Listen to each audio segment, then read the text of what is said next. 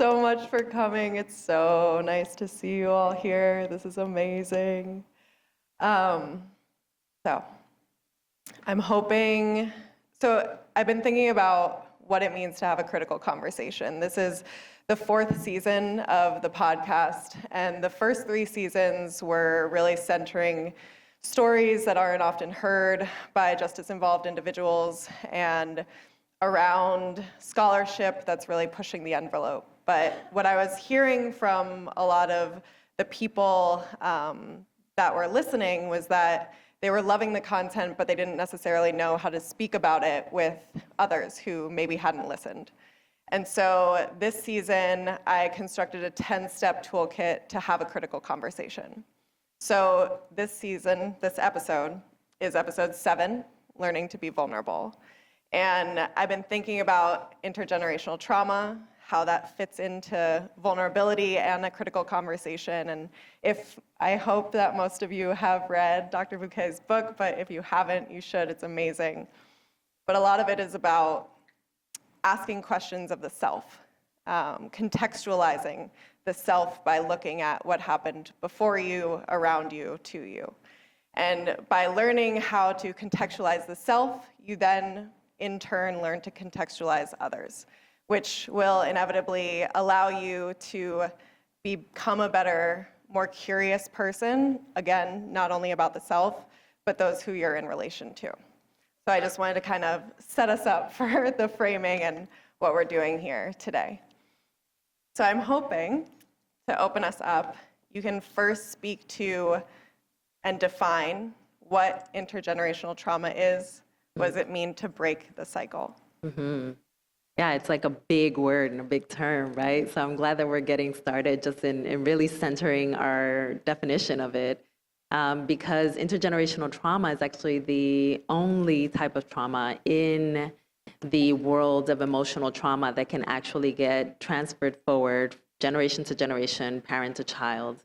And it happens at the intersection of our biology, so our gene expressions, and any kind of genetic messaging that happens from parent to child. So if our parents, grandparents, great-grandparents, ancestors had actually experienced any kind of extreme adversity or prolonged adversity, then it could have actually shown up in their genetic expression. And at conception, we receive those genetic messages. But then fast forward when we're actually, earthborn, and now we're a baby that's looking for attunement and connection with the big humans around us, right? Like maybe there's chaos in the home, and maybe somebody's missing the cues that we need care, we need to be fed, we need something, right? Love, attunement of any sort. And that's really kind of like where things may get started in terms of like a baby's nervous system being kind of regulated, or as we call it in the psychological world, dysregulated, right? And like seeking nurturance and trust and care. And fast forward to everything else that happens in life, because life is hard, right? And we have a life where people get discriminated against because of their social identities. They get, pummeled by relationships that perhaps have toxic elements.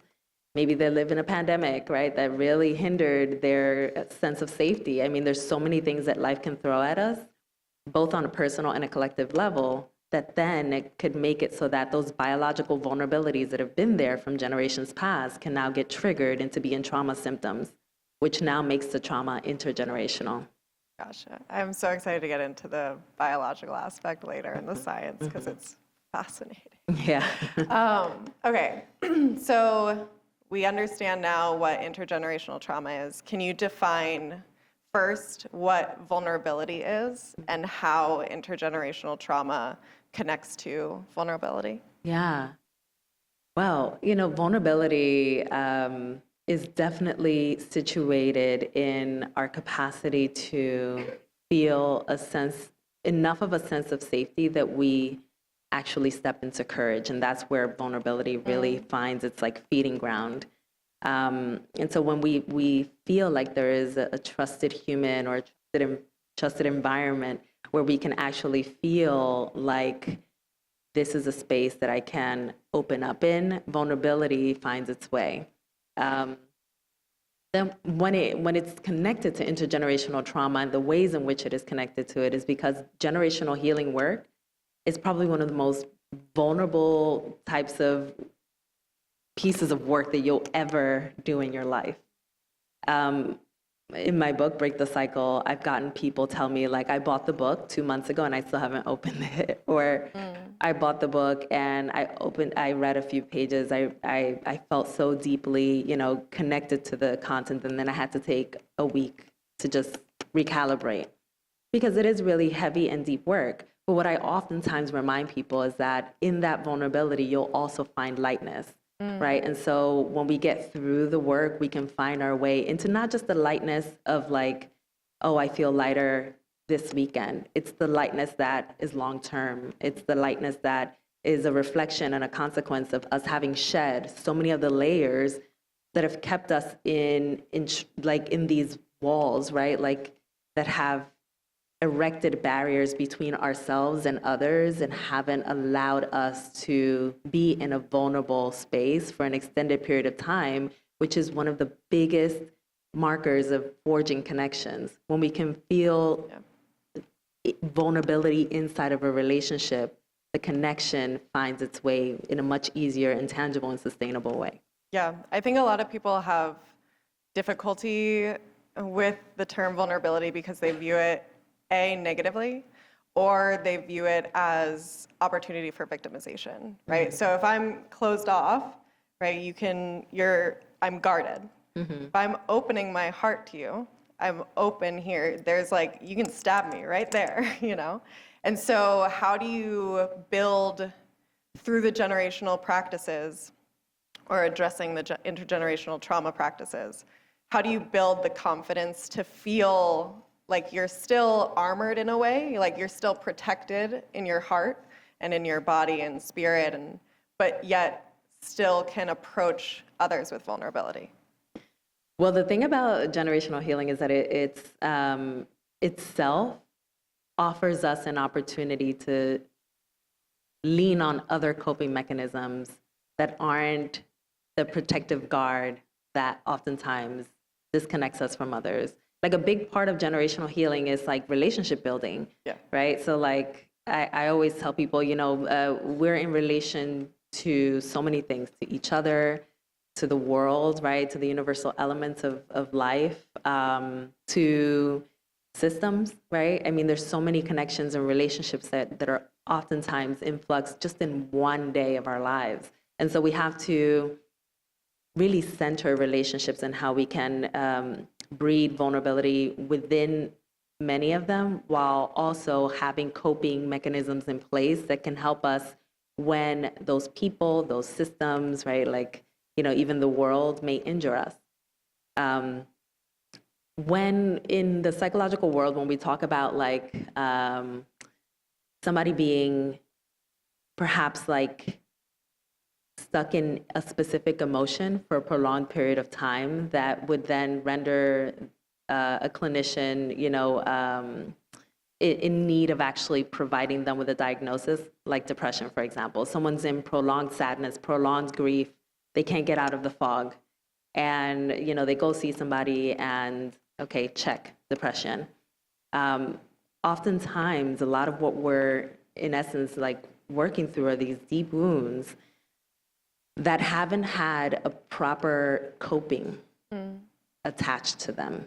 A coping that is sustainable, a coping that really, truly helps the person and doesn't just place a Band-Aid on their hurt. And so when people learn the coping skills and then they go through different circumstances at work, like for example, you may get triggered at work, right? Like work could just be a breeding ground, especially for, folks of color, for people to just feel re-traumatized sometimes, and maybe to a lesser degree just feeling really uncomfortable around certain conversations or language or workplace culture. So if you actually go into your workplace on any given day and somebody says something and comes out of their mouth and says something that really triggers you, it could resurface that long-standing grief and sadness that's been there. but has been pushed down with overwork. That's one coping mechanism. Or it's been pushed down with you, like whenever you're feeling some sense of sadness, you just go out and try and forget about what's keeping you sad. But you're not getting to the root of what's causing the sadness, right? And then from there, from getting to that root, actually creating new coping skills that are adaptive and helpful and really get you into a place of feeling lighter. So when it comes to generational healing, a lot of the work is about how do we get to the root? How do we excavate what's at the root, work on that, not work on the symptoms, but work on the root, and then get you to a place where you're feeling lighter and you're feeling like your legacy that you're building in this lifetime right now is one where you can actually no longer live in the decades and generations of depression that have existed in your family line. Okay, so that goes very against CBT, cognitive behavioral therapy, right? Like the idea that you don't have to address the root, just like address the thoughts that are coming up. How important is it to excavate that root? Well, no shade to CBT, but don't we have a global mental health crisis, and CBT has not, really done the work to really help people. Like when you, in part, some of the practices that we have in place, the theories that we have in place, one, have not worked when it comes to people trying to surface from a global pandemic where we are not okay. Like people are not okay, and we have all been there. We're all like in this, trying to get out of that fog of, the last couple years of our lives of being, when we talk about the pandemic, some people just think pandemic and then they kind of shrug it off. But the pandemic was a prolonged crisis where we all thought we were gonna die for months and years. Can you imagine? And then we were told, hey, everything's done. You can just go back to work. Go take your kids to school and don't worry if they catch something, right? Like everything just needed to be status quo all of a sudden. And so, yes, we can train the mind and the thoughts to transition from being in that existential crisis. But what happens to everything that's been captured in the body? What happens to the fact that our bodies are a big depository of trauma? And when we were like watching the news for days on end and wondering if we were gonna die, and our bodies, our nervous systems were literally stuck in fight, flight, freeze, or fawn, most likely freeze or fawn, which is like emotional shutdown and literally like the place where, even from an animalistic perspective, where we go before we die, where we think like, I'm giving up, there's nothing left to do here, I'm going to die.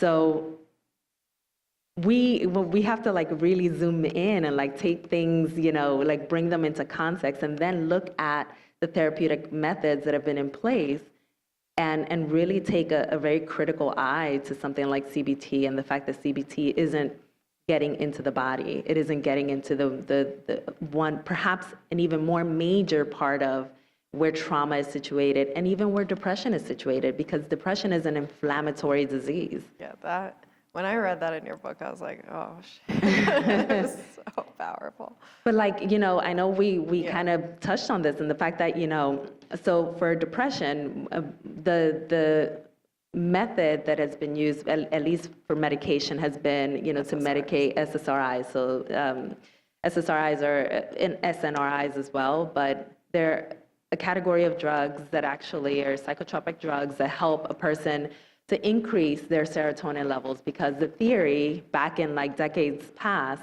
that really took off, because sometimes theories take off because somebody has a lot of funding and they get that theory into the right hands, and then all of a sudden everybody's funding that theory, and it's all politics, right? But that theory took off, and now we have an entire world that's being medicated around serotonin reuptake inhibitors, right? Selective serotonin reuptake inhibitors, SSRIs. And another theory that was also surfacing around that same time was the theory around the inflamed mind, how inflammation that is then captured in the mind and the nervous system translates into depression and translates into, a lot of the diseases that we then see carry on beyond depression, because a body that is constantly inflamed, constantly trying to battle itself, starts to metabolize disease. And so we're not actually talking about that in CBT, right? Yeah. So we're treating the symptom and we're giving, people like, here's a thought journal. Great, thank you for the thought journal. But what about the rest of me that's also suffering and actually carrying a lot of this traumatic retention? Yeah, one of the things in your book that was blowing my mind was when you were referencing how medications for things like psoriasis and rheumatoid arthritis actually do really well treating depression. Yeah. And at times do better than SSRIs at treating depression, which makes sense. Yeah, and I wish that more studies would get funded to actually help us to see all the other classification of drugs and non-drugs, right? Because y'all know I love botanicals and things that, are very natural. But that can help us to have an understanding of what brings inflammation down in the body, because autoimmune conditions, right, like they're an inflammatory response that's basically stuck on chronic, on forever. And so when you treat the chronic, when you treat the chronic inflammation and you bring it down, the depressive symptomatology goes down. Wild, right? Not quite. It's just like basic science, right? Yeah. And so that's why whenever I'm working with folks, I'm like, okay, well, let's talk about inflammation. That's not your traditional way that most therapists would actually, engage in conversation with and actually say, is it me? I think it's me, I'm sorry. I get very spirited. Clearly, I love this topic. So, it's really important for us to have some consideration of the ways in which there are other things on earth, ancestral and ancient concoctions, medicines, right, that preceded modern day and Western medicine. And then also other classifications of medicine that can also help with the modern day mental health conditions that we are seeing are skyrocketing and are getting so incredibly out of control in the entire world that we're like, you know what? People are suffering and what we're doing is not working. The mental health field, we're failing. We're failing people because there's something that we're doing that is not allowing for people to experience true and sustainable healing. So something needs to be reconfigured. And it's why, although it's a bit of a radical move to say, hey, and inflammation, I thought, I know that especially with some of my methodologies, some people question it, right? Like they say, that's too spiritual, that's too, let's just talk about things. But it's really important for us to be very holistic in how we approach a whole human. When somebody comes into the door in my therapy space, it's a whole human that comes in. It's not just their mind. So I must see them in their wholeness, and I must approach my treatment to work with the whole human in front of me. I love that. I was thinking about when you were talking about coping mechanisms, I told you I'm like a very visual learner, and when I was starting my therapeutic journey, I was recognizing that a lot of the coping mechanisms, and I think this is true of most people, is that the coping mechanisms that you adopted as a youth were super, they landed, right? Like at that time, they worked. And then they become maladaptive as you age.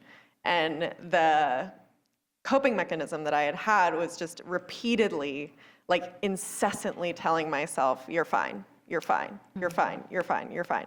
And I was visualizing, as I was starting my therapeutic journey, of each time I would say, you're fine, I would build a brick around myself, trapping myself within this cylinder of pain. And then I'm like a vibrating body of anxiety within this cylinder of pain. And then not only is it me, but thinking about the context of your book, I'm standing in this cylinder and my feet are planted and the roots of my intergenerational trauma are holding me down within that cylinder. There is soil and there's our roots and there's a bunch of shit that I don't really want to deal with down there. And so when I started thinking okay, this is probably maladaptive and I should probably start telling myself that I'm not fine and that's also okay. And so how do you then pull away those bricks, start liberating yourself by becoming vulnerable, by turning it inward, by thinking about both the thoughts, the feelings, and also the sensations within, and thinking of the three.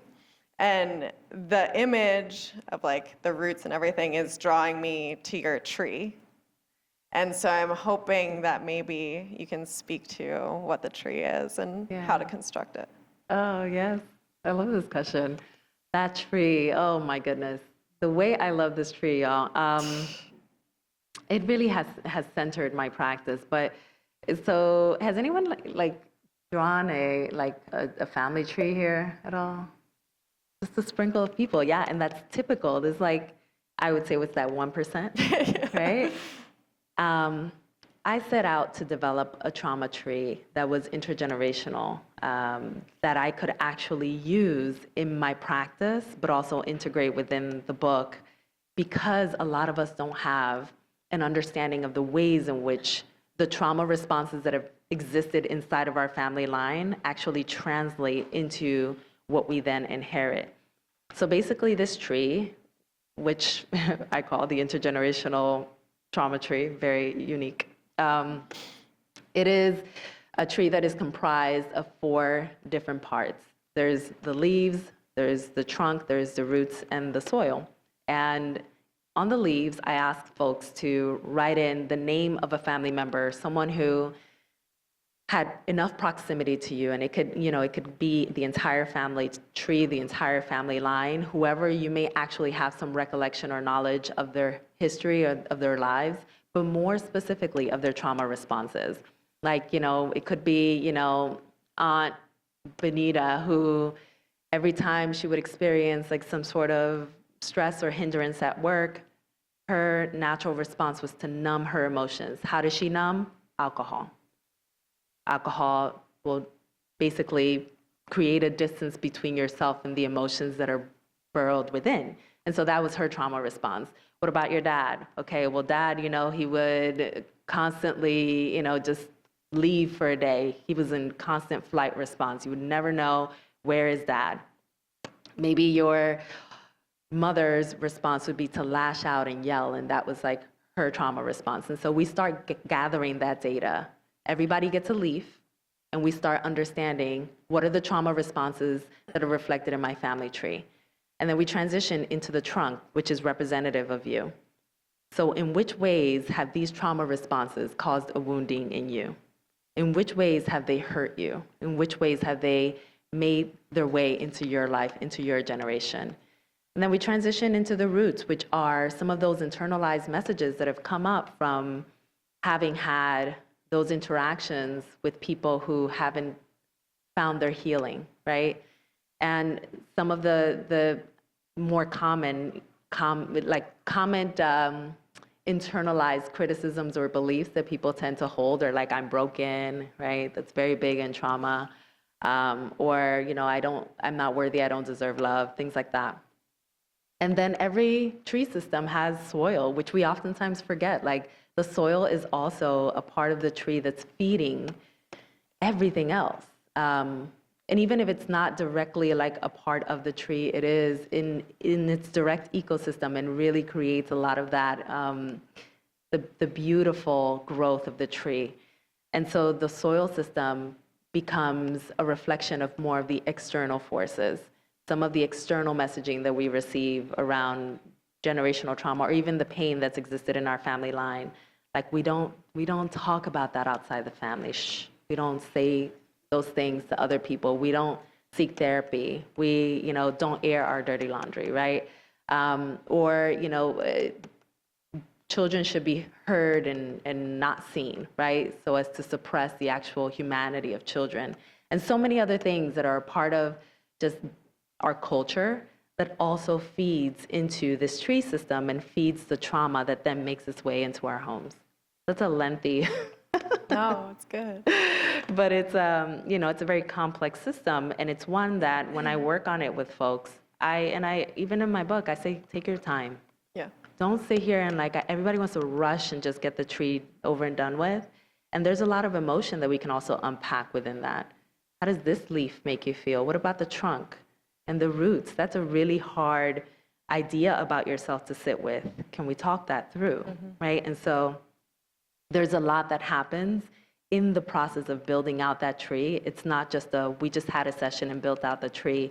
We may have 6, 7, or 8 in which we actually need to sit with the different parts of that tree and really unpack the ways it's actually made its way into your life in a way that's caused a deep wounding.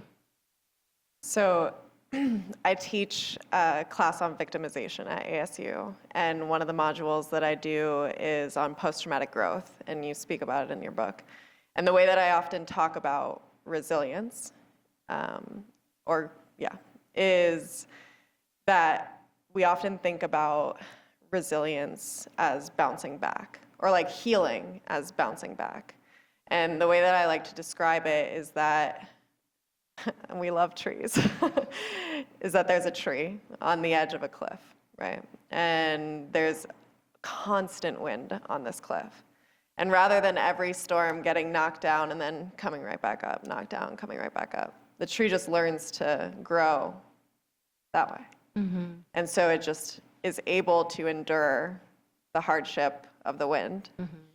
And I think what's important, and I think I'm questioning myself right now because I want to say this, and I'm questioning whether I want to say this because there's so much stigma around trauma and pain, and I'm wondering if I want to Band-Aid it right now. But I'm just going to say it, and you can call me out. Call you in. But one of the things that I think is important that you also point out in the book is that a lot of these trauma responses and the ancestral gain of trauma is coupled with an ancestral gain of resilience, right? And these people in our lives have learned to endure hardship and have passed that knowledge through us too. And so I get caught up in like, when I was reading your book, I was like, how can I love these people still when I'm like so deep in the trauma that that I've inherited from them? And then thinking about the strength that's also coupled with that.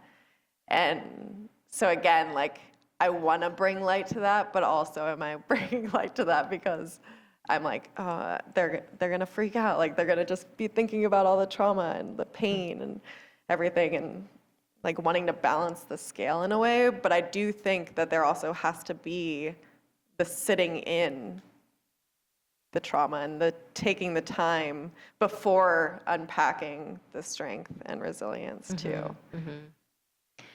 Yeah, I mean, it's an important point, right? Like, how do we, I think it's twofold. Like, how do we sit with where did our resilience come from, right? Especially if like the people that are around us in our immediate, family, perhaps we can't really see the resilience that's been passed down. And oftentimes, like I urge folks to look beyond them, right? Like my parents, I love them like dearly. They're my heart, but they're also my pain in the neck.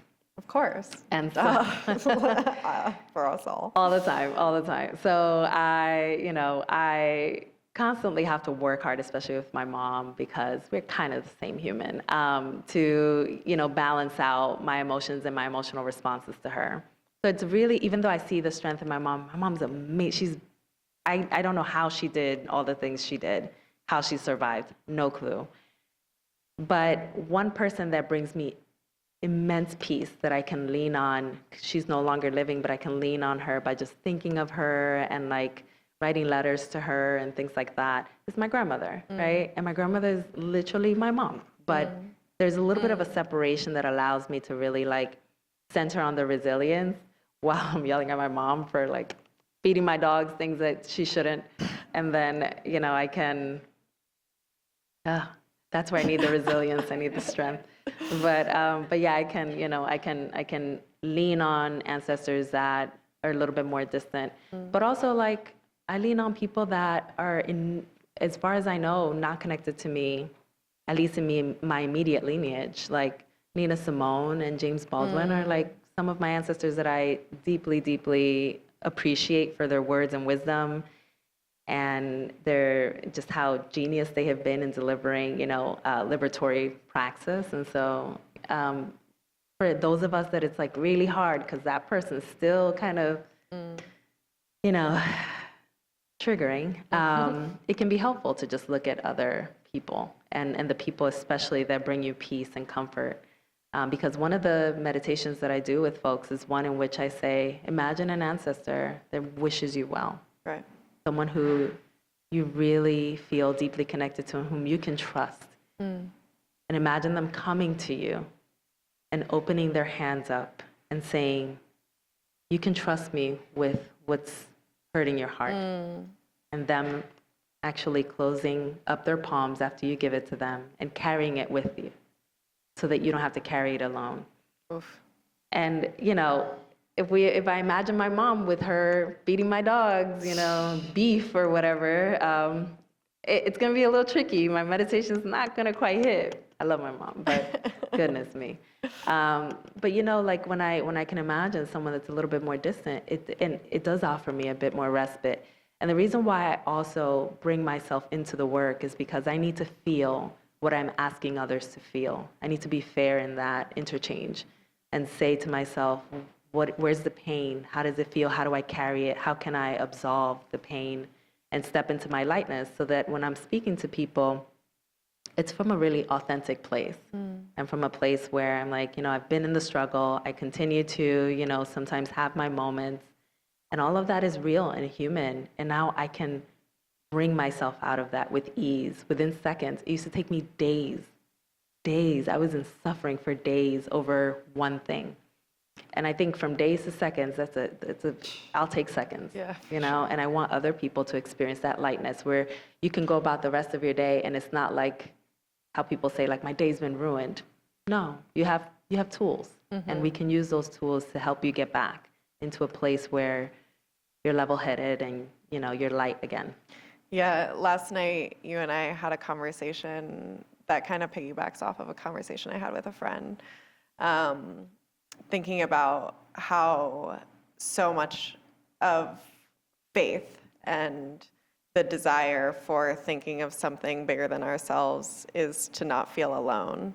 And I think something that clicked for me and in this conversation, in the context of what you're saying right now, is that to understand that I'm never walking alone because I always have my ancestors with me and behind me and around me. And that is such a comforting, even if they're like, have their own issues, like at least they're around. And that is such a nice thing. I wanted to ask early on, do we all have intergenerational trauma? I believe we do. Like, even like after I published this book, especially, I'm looking around and every conversation that I have, regardless of whatever intersecting identities a person may be existing within, like we all have some element of trauma, right? I even think of like the people in my own family, how, especially in the recent years, my sister and I have been uncovering, like, we really don't like the men on that side of the family. Like, there's something about them that's like very like toxic masculine-esque, that doesn't really allow their softness to seep in. And then the compassion creeps in, like, oh my gosh, they never got allowed an opportunity to step into their own vulnerability and to see that as strength. And so they only used, what was socialized within them, unfortunately so. And so even with things like that, where you have like, it doesn't have to be that your family suffered from a period of famine. That's not the only place where trauma comes from. Sometimes it comes from family patterns. Sometimes it comes from community trauma, something that affected just the city or just especially now with all the school shootings, we have a lot of communities that are in deep grief. And every year they get reminded, of that grief. And there's university professors that are like, I'm not teaching in that classroom, right? Like there's a lot of trauma in these spaces.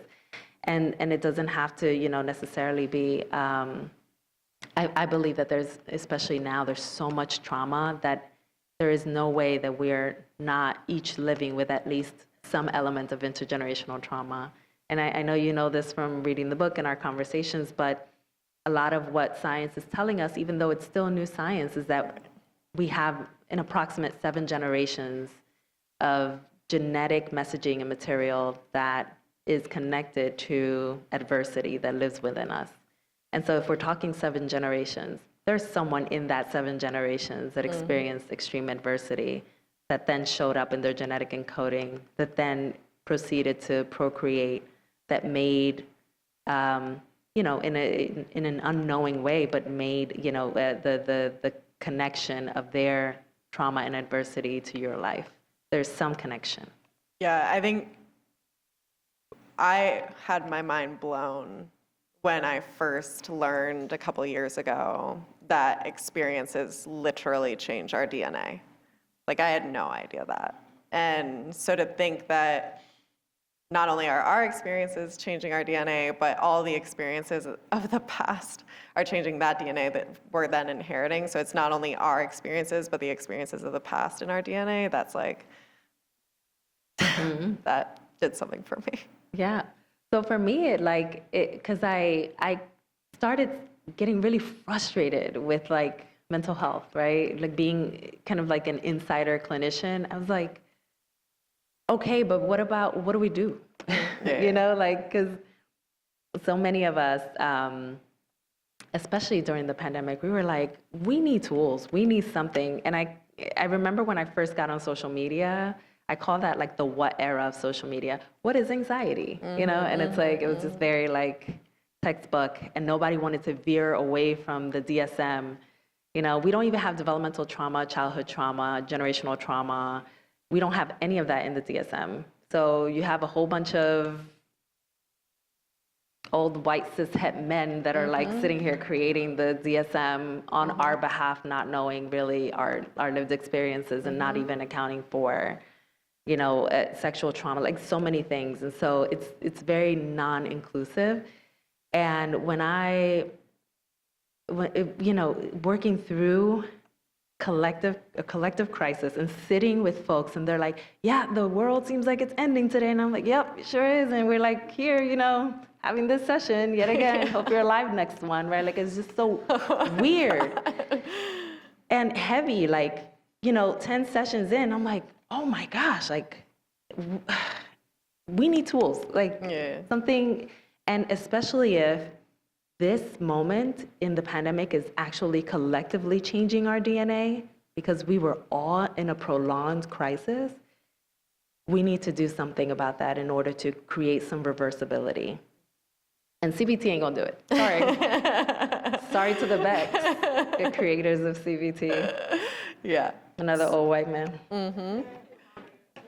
So, yes.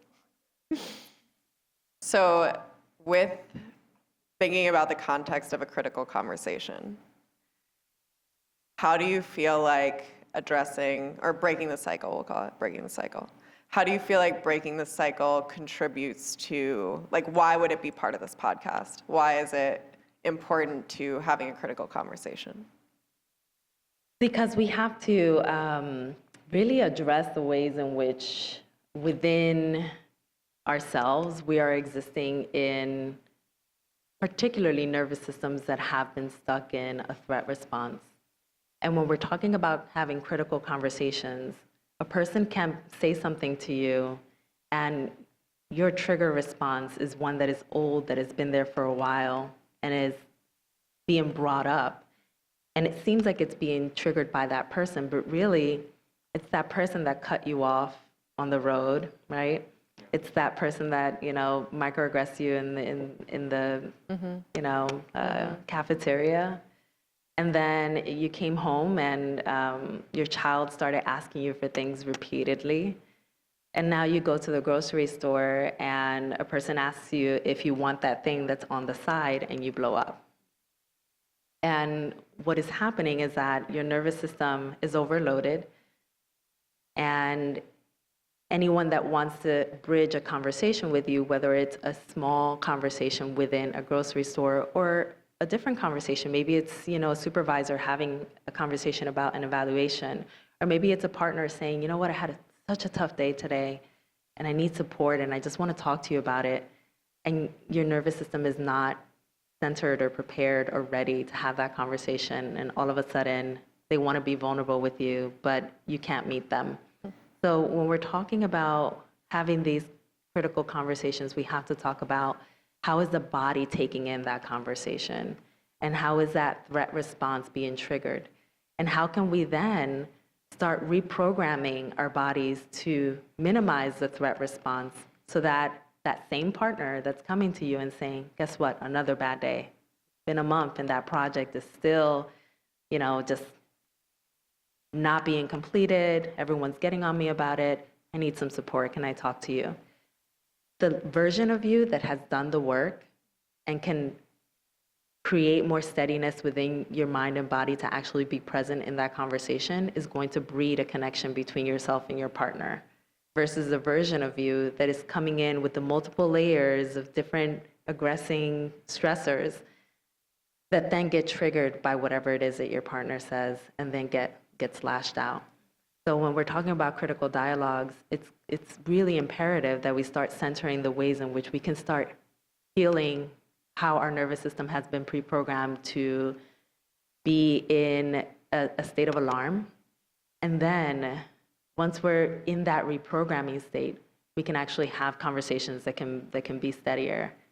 And I know you and I have had, beautiful dialogues even about how that can take place on a systemic level. Mm-hmm. A lot of the ways in which I think we have so much division among us, especially in this nation, is also situated in how our nervous systems are just not equipped to be able to have difficult dialogues. And if we can find ways into garnering greater peace, and even biologically garnering greater peace within ourselves, I suspect that the conversations will be drastically different. Is what you're kind of speaking to more or less the broadening of the window of tolerance? Yeah. Yeah. It's exactly that. Okay. And it's just basically making it so that we have a greater capacity to tolerate stress, yeah. if anyone's not familiar. But so that when things happen, you may lose, your favorite pen. And last year you would have been like, my favorite pen, like what's that, And this year you're like, you know what?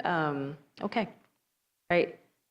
Having worked on your nervous system response, having worked on a cognitive reframe, having worked on, how you center yourself on the resilience that is inherent in you, that mind, body, spirit transition into how you go about your day every single day causes a reprogramming. And so every single day as you reprogram your nervous system, your neurons, your brain even, because our brains are neuroplastic and they're ever evolving and changing, everything is being reprogrammed back to health.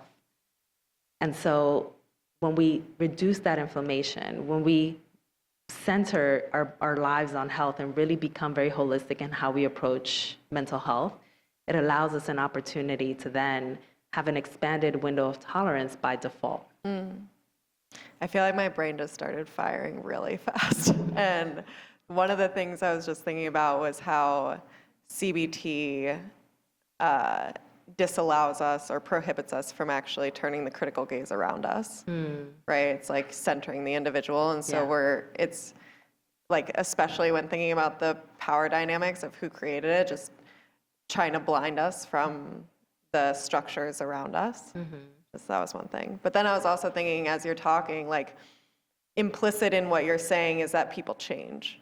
Yeah. And I feel like a lot of times I hear the sentiment of like, oh, people don't change.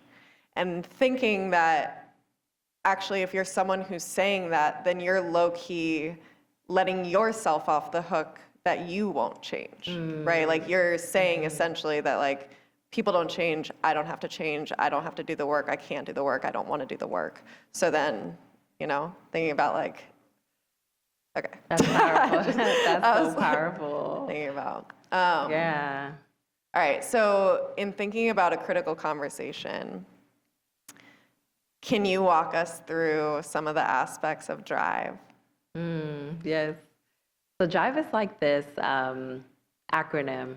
I'm horrible. I have attentional difficulties. So sometimes my brain is like, where does which I point have your goes here? book, and I have the dog ear. So if we need to reference it. Thank you. So DRIVE is like this acronym that stands for a number of steps that I wanted us to have as a tool to basically get on the driver's seat of conversations that are difficult around generational trauma, but really any conversation. And you know, the acronym in essence like stands for like don't point fingers, which can anyone guess like how often pointing a finger actually works? No. Percentage-wise? 0, thank you, right? Oh, look at that, thank you. It never quite works. It never, you know, and so people build up their guard, they erect walls, and you're not gonna have the conversation that you've been waiting so long to have with someone. So it literally thwarts the conversation. Beyond that, you have to relay your messaging in a short way. What happens when we sit down with someone after we wanted to have a conversation with them for forever? We're rambling. We're nervous, we're like saying all the things, we're going into loops, and they're like, what are we saying here, right? And so we miss an opportunity to just say something simple. Just literally 1 sentence, 6 words, and just allow them to digest it. And then we have to initiate with emotion. So the I's for initiate. And that means that we have to stop looking at the content, like, well, you said this, and you know, and just the back and forth. If you get into that, then it's literally gonna end right there. Instead, you can start talking about the emotion. I feel this way in this moment when I'm talking to you. It's making me feel a bit anxious, but I'm sitting in that, and I'm willing to still have this conversation, right? How are you feeling? I feel this emotion, right? Then, you know, the V is for, it's for visualizing your nervous systems. Like, think about this, right? Like, when you're talking to someone, I'm talking to you right now. Have you ever, like, thought, like, I wonder how her brain is firing? So kind of weird, but how your brain is firing, how your nervous system is responding to this moment, right? When you look at someone in their eyes with sincerity and hope and love, how is it that their brain is responding to that, right? And so when you start visualizing each other's nervous systems, it helps you to also humanize the person in front of you rather than attack. And then finally, the E is for engage, right? Like go back into action and like really talk about the thing, also concrete, also concise, that you like to do. And I offer like in the book, like a bit of a way that to really kind of make this come to life, right? And I think that it's helpful sometimes when we can just apply the acronym to a conversation that we're hoping to have and recite it and think about, okay, so this is how I want to say it, actually say it out loud. And it gives you an opportunity to have practice, to build mastery around the conversation. And it also gives you an opportunity to start doing the things that, albeit weird, can be really helpful in building compassion, like imagining how this person's nervous system is taking in the information that you're providing them. And so all of these things, I think, when we have conversations, are we ever thinking about any of these things? Probably not, right?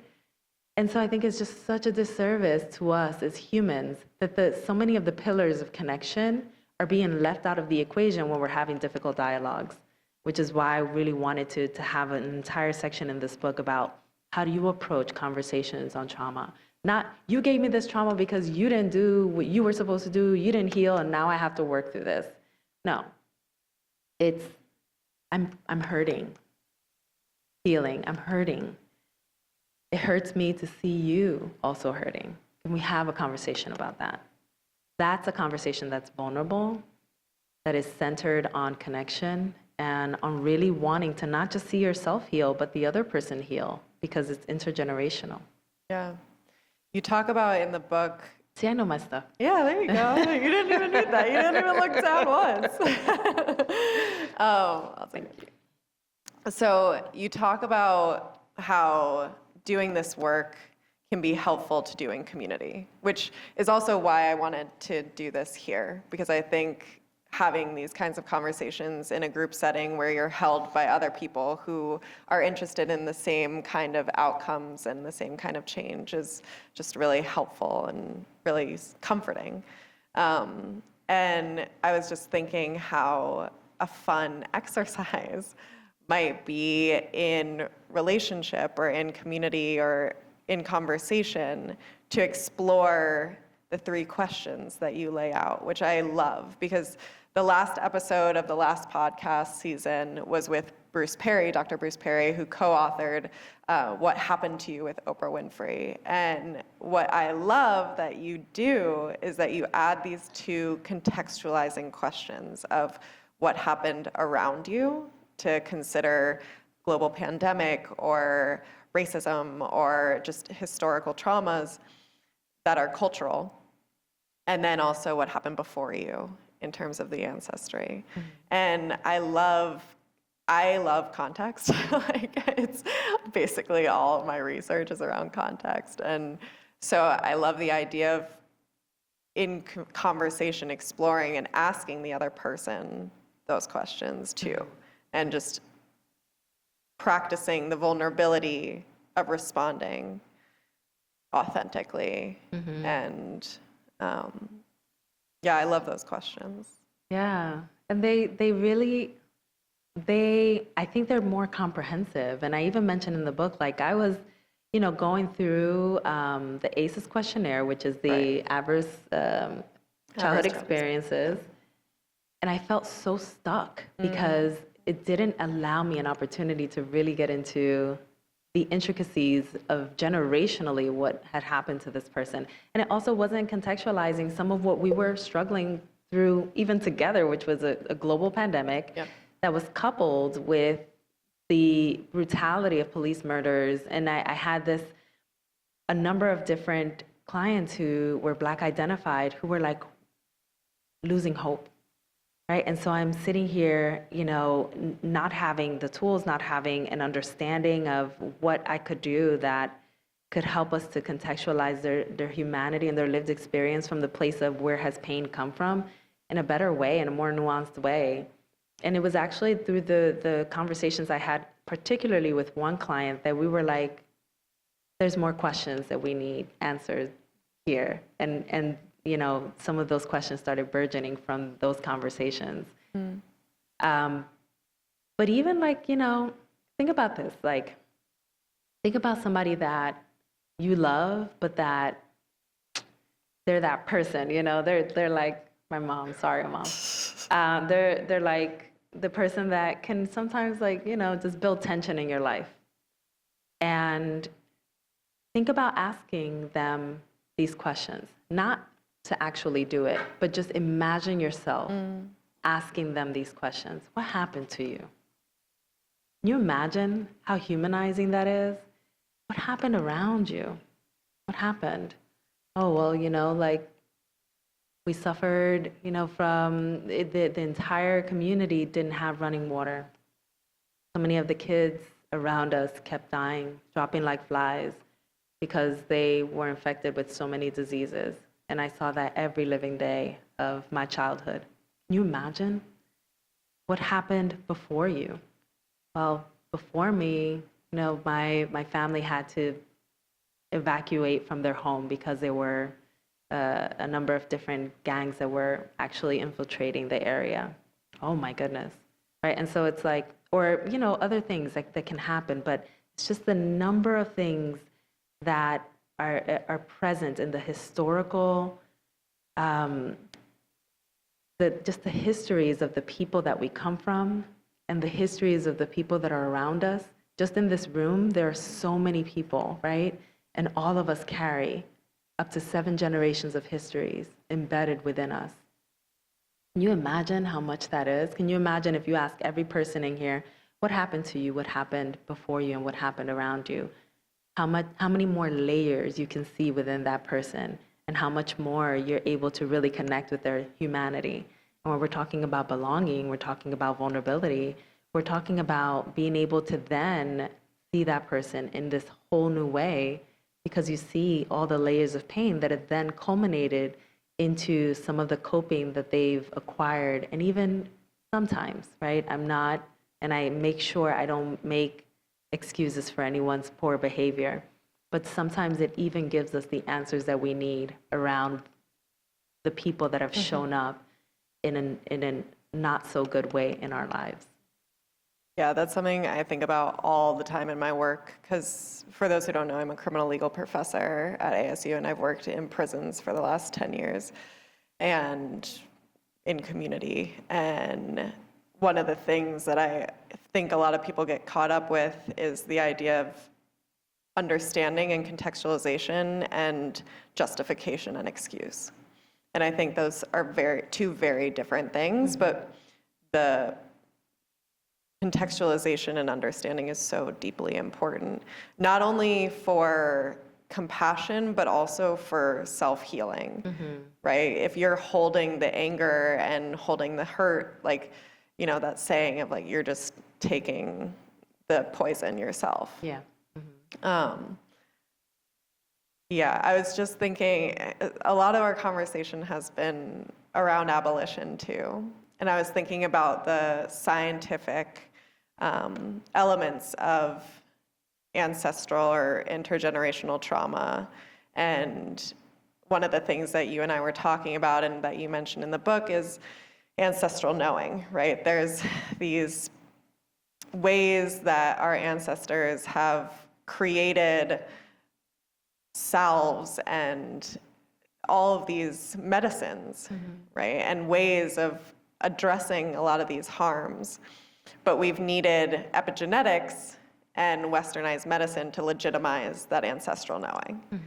And I was thinking about how a lot of our westernized medicine is trying to address, like, I was just thinking about the grief in the lungs and how all these lung disease is actually like a holding of grief, and how IBS is tied to anxiety and all these things, and we keep trying to address the symptoms. And I was just thinking about it within this kind of dichotomy of abolition and reform, where a lot of times I'm thinking about criminal legal reforms as a harm reduction approach. But it's not actually, again, addressing that root cause. And so thinking about these westernized medications and treatments as a harm reduction approach to deal with the symptoms, so that maybe you can then address the problem and abolish it from the root, right? You excavate it from the root.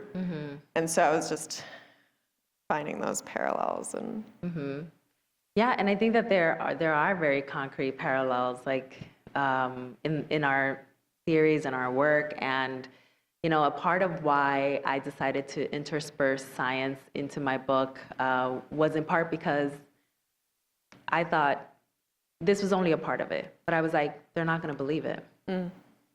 Because we are so socialized to prioritize Western models, Western science, Western theory, and only when we can say, oh, yoga actually changes your neurobiology, then we can actually say, yoga's good for you, like you should try yoga, right? And so it's this, this way in which we give like a seal of approval to ancient and indigenous of different lands on earth practices that have been there for forever, but have never gotten the Western credibility until we actually bring in the science, which is so unfortunate, because imagine all the social ails and like mental and physical conditions that can actually find cures if we were to open our minds up to inviting in different kinds of healing modalities. So I felt like, well, I'm going to need to bring in whatever science has been up to date to actually prove my case here. And every time that I talk to people, and it's especially like, and now I know, because I interview every day, right? And so I'm like, now it's like, I know who's going to ask me about epigenetics and prioritize the science, and who is going to ask me about ancestral wisdom. And what I was hoping to do with Break the Cycle is bridge. There's both. We can find a way to really synergize these places of information and to bring them into an actual theory that can then be applicable as a healing tool that can heal the masses so that we can get out of this global mental health crisis and out of this continuous pain. I love that. So I hope that you all have been using the notes in your program, but if not, this is probably the time. So you spoke throughout this entire interview about some tangible steps, but let's list them out. Tangible steps that audience members and listeners can do to address their intergenerational trauma. Well, the first step is awareness, right? Like the first step, oh, look at y'all, like just whipping out these notebooks. I love it. They're like, give me the... I'm gonna get my free money's worth. I love it. It means we are intentional and open to healing. I love it. The first step is awareness, y'all. How many of us have really looked in the mirror and said, like, you know, I am a person that has been living with generational trauma. I have inherited pain. There are a lot of the fragments of, you know, what didn't get resolved in previous generations because people didn't have the tools, didn't have access, didn't have the motivation, right, to heal. All of that made its way into my life, and I'm standing here, man in the mirror, like MJ, right, like, and really realizing, wow, there's layers to the pain that I'm carrying. There's a lot here, right? Probably I will get a 1%, you know, raising their hands yet again, right? So I think awareness and like really acknowledgement is really a first step. But beyond that, I always tell people, because people want to jump right into the work without realizing that when we're talking about things that are heavy, even when we're talking about depression, we have to work with the body first. And we also have to work with building our resilience. So how do we do that? We do that through nervous system restoration. We do that through Soundbath meditations that can actually recalibrate your mind and body at once and offer you an opportunity to experience healing that is tangible in the moment. But because our actual nervous system, and in particular our neurons, are firing in response to the healing that is occurring as we're actually playing the bowl, and as we're listening to it and as we're taking in the sound medicine, it's allowing us an opportunity to now reprogram our minds and bodies for the long term. So why not take the 5 minutes a day to do the deep breathing and to actually help your nervous system to start firing in the direction of health rather than in the direction of unwellness? And so deep breaths are really critical. Sound baths, you know, it's not for everyone, but if you can incorporate a sound bath, I definitely recommend it.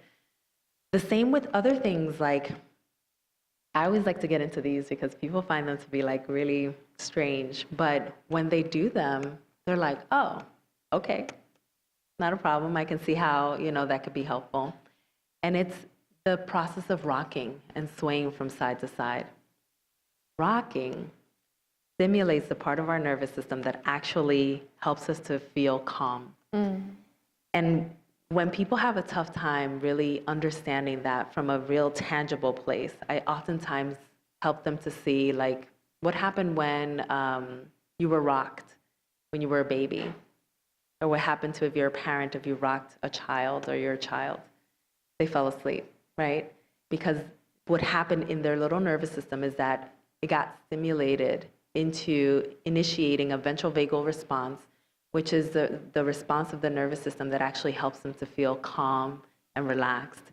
And also a sense of trust, like I can relax and release because I am safe. And so when we rock in a hammock, a rocking chair, or if we have none of the above, we can just rock in our chairs.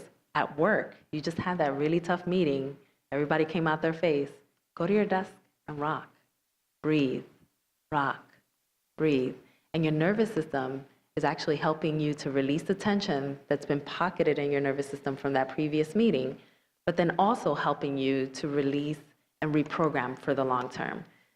So I always get into the body and into the resilience parts first, because when we start digging into the past and we do that prematurely, our brains are going to do the very natural thing that they're programmed to do, which is Dissociate, we're gonna disconnect, we're gonna avoid, we're gonna close the book, and we're not gonna read it anymore.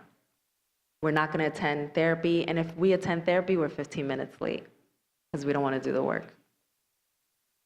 So what I found is that it's a disservice to folks. And if you're paying me, I'm pricey, y'all. As you should be. If you're paying me to provide you with the service of healing, and you're showing up 15 minutes late, frazzled, and I understand that that's a part of the coping that you've initiated because you haven't quite gotten into your nervous system practices, then we have to get back into the nervous system because we're not quite ready for the digging. I'm not going to have you digging into the roots of your intergenerational family tree and digging out all the shadows of the past if your nervous system can't tolerate it and it goes into a hyper-alerted response.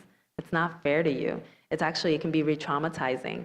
So when we're talking about doing healing work, it's really critical. First, we center the body. First, we find a nervous system response that is now being programmed to be more of the default.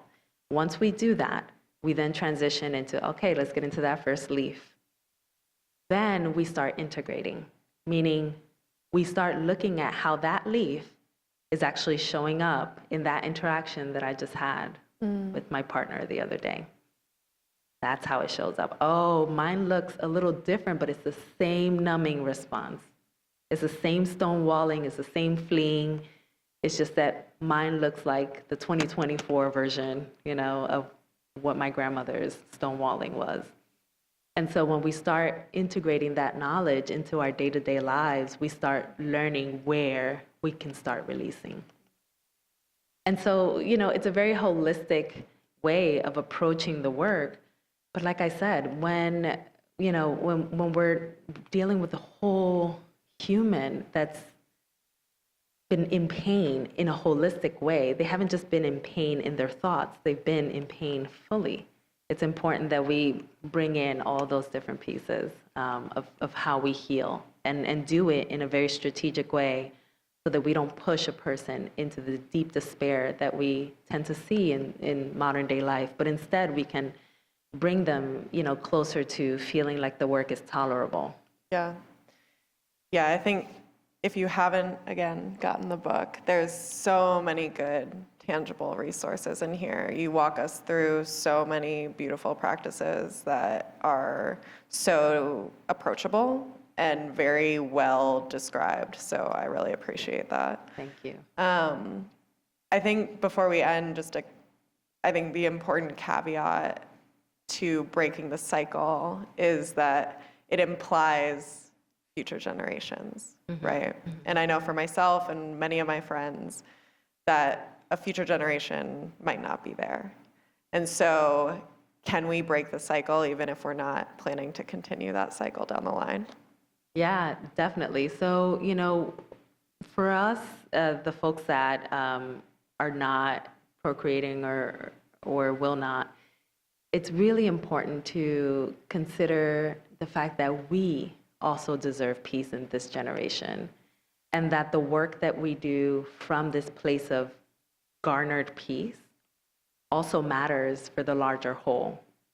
I have a 16-year-old nephew, as you know, and yes, I there is a parenting effort that I put into, helping to raise him in part, right? But he is not the only young human I think about on a daily basis. I think about, how we're destroying Earth for the next generations. I think about the ways in which my role is to really help parents to find their way into ease and calm so that they can actually be more child-centered in their approach and really look into their little human's eyes and say, I see you, I'm here for you, and that they can forge connections with them so that I can show up into this world with greater tenderness. And even like the multiple, Ubers that I've taken throughout this week, that every single person I can forge connection and conversation with them because I'm so settled that I have capacity, And even the guy that drove me here today, he was like, rah, rah, rah. And I'm like, I could have joined in on that, right? Yeah. But the way that I have been in my settled place and the beautiful, conversations that I've been having with friends recently that have also centered me allowed me an opportunity to then be present and kind to this person who was so unraveled. And I think that that's also part of how we build legacies. We build legacies by how we show up in this generation, even if it ends with us.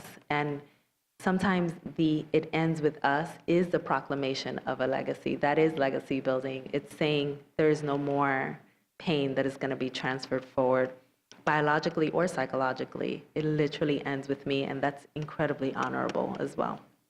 Yeah. So I like to end every podcast interview with just 3 things outside of intergenerational trauma, 3 things that are keeping your attention right now, whether it's a book, a podcast, a show, or just anything. 3 things that you've been thinking about recently. Oh goodness, it's all gonna be trauma-based. It's not good. Okay, so I'm not gonna focus on trauma because I love the work and ceramics. Ooh, love that. Yeah. I'm learning how to construct and glaze, and so I'm very happy about that journey. So that's keeping my attention. Anything that is a food show, the Great British Baking Show. Oh, obviously. I watched all the seasons. Sometimes I watch them over and I'm like, I've seen this. I already know this recipe. So baking, I love. I make a mean flan, y'all. Yes. So definitely that. And,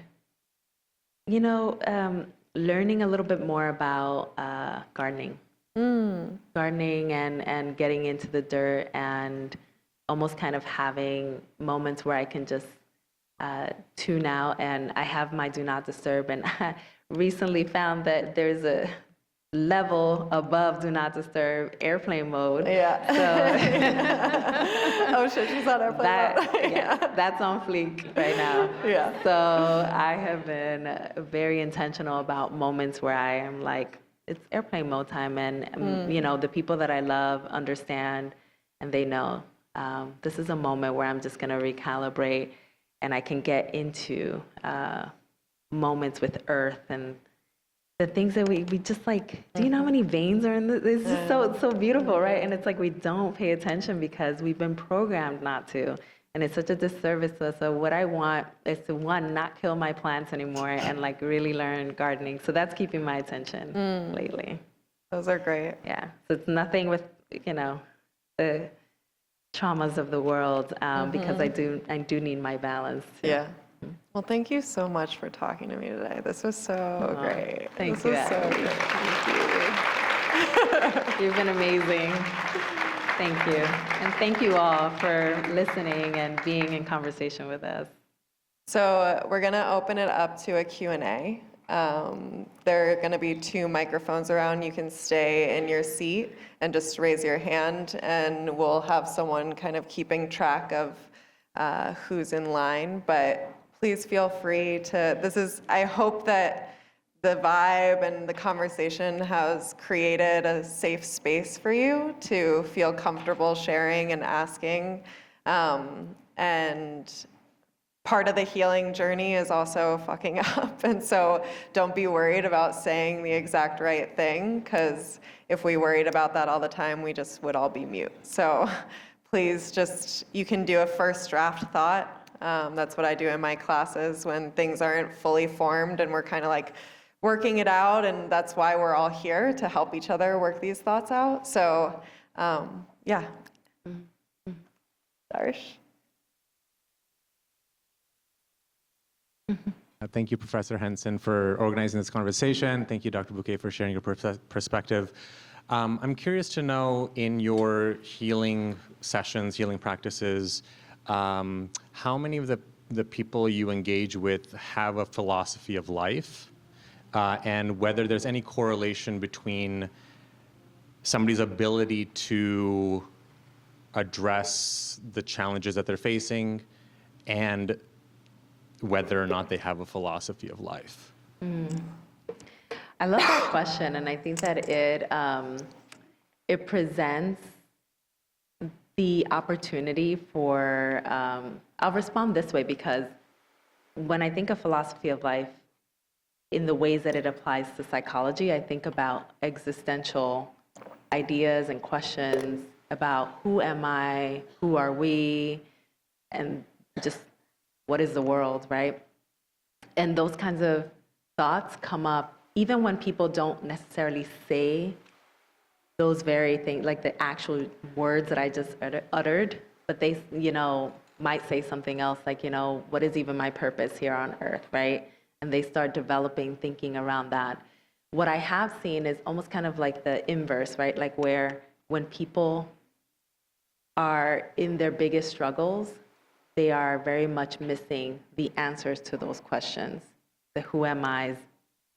They haven't really sat down and thought that through and concretized an idea of who am I in relation to this life? What is this life even, right? Like a lot of those existential questions.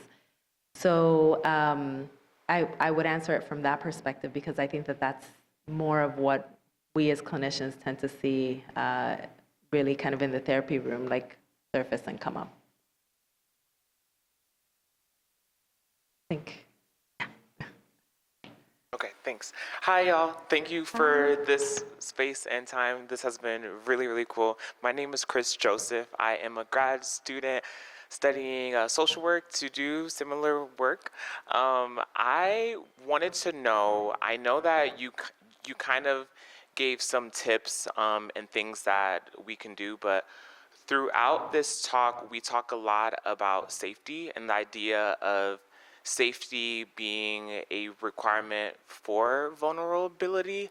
And I feel like, okay, how do I frame this? You said we can fuck up, so this is me fucking up right now. Okay, so safety is a requirement for vulnerability. I wanted to know if you have any advice for people, specifically marginalized groups who it's a harder time for us to feel safe, right? For example, I'm a queer Black man, a flamboyant queer Black man, right? And so it's harder for me to feel safe, let's say, even in a Black space because of my flamboyance, right? Or in a queer space because of my Blackness and pro-Blackness, yes. So most of the times I just skip that step when having critical conversations because I've always had to, I was never like allowed to feel safe, even if I'm in a safe space, if that makes sense, right? And beyond identities, there are people who struggle with this idea of safety just because, right? You can say, this is a safe space, this is a safe space. They're gonna be like, girl, I don't believe you. So my question is, do you have any tips or advice for people in that space, right? Struggling with this idea of safety, how to get over that hump? That's a beautiful question. Thank you for that, Chris. And a really important one and critical one for us to consider and maybe even collectively like think about, right? So I will clarify, so I get so spirited that maybe I said something that would have felt like very definitive, but so safety is not a requisite for vulnerability, but it does help to create the breeding ground for it that can then breed the connection that vulnerability then creates for us. However, I honor the intersection of your identities and the ways in which safety is nearly fleeting in just about every space you might inhabit on Earth, right? And what I oftentimes find can be helpful is in us almost kind of reframing the idea of safety or safe spaces to safe enough, and having, because people that constantly live in a query of whether or not spaces are safe, like we're constantly scanning spaces and places and faces for the possibility of safety existing there, it can be really exhausting, and it's also a survival mechanism.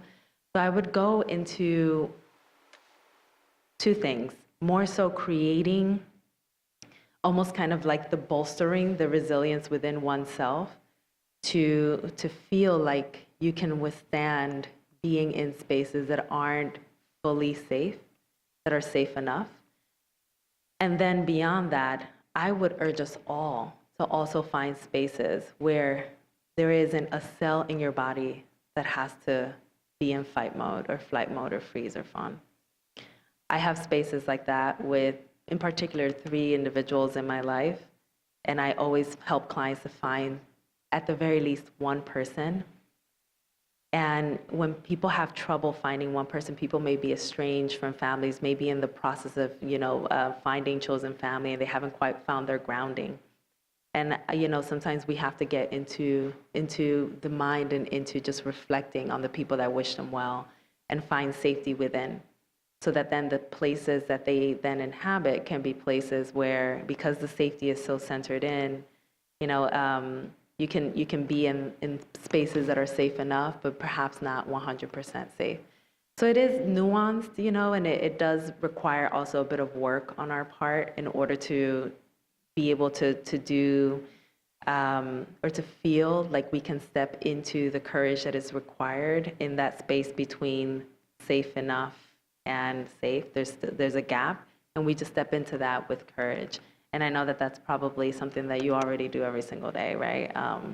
The unfortunate part of a lived experience and a lived existence in which intersecting identities are, most of which are heavily assailed on a daily basis, is that you have to step into courage incessantly and step into the strength that has been there, that is a part of you, because you're showing up with all this vibrant, light, and within those intersecting identities. So I already know there's a ton of strength in you. So we just step into that courage and into that strength that we know is there, and remind ourselves of that every single day.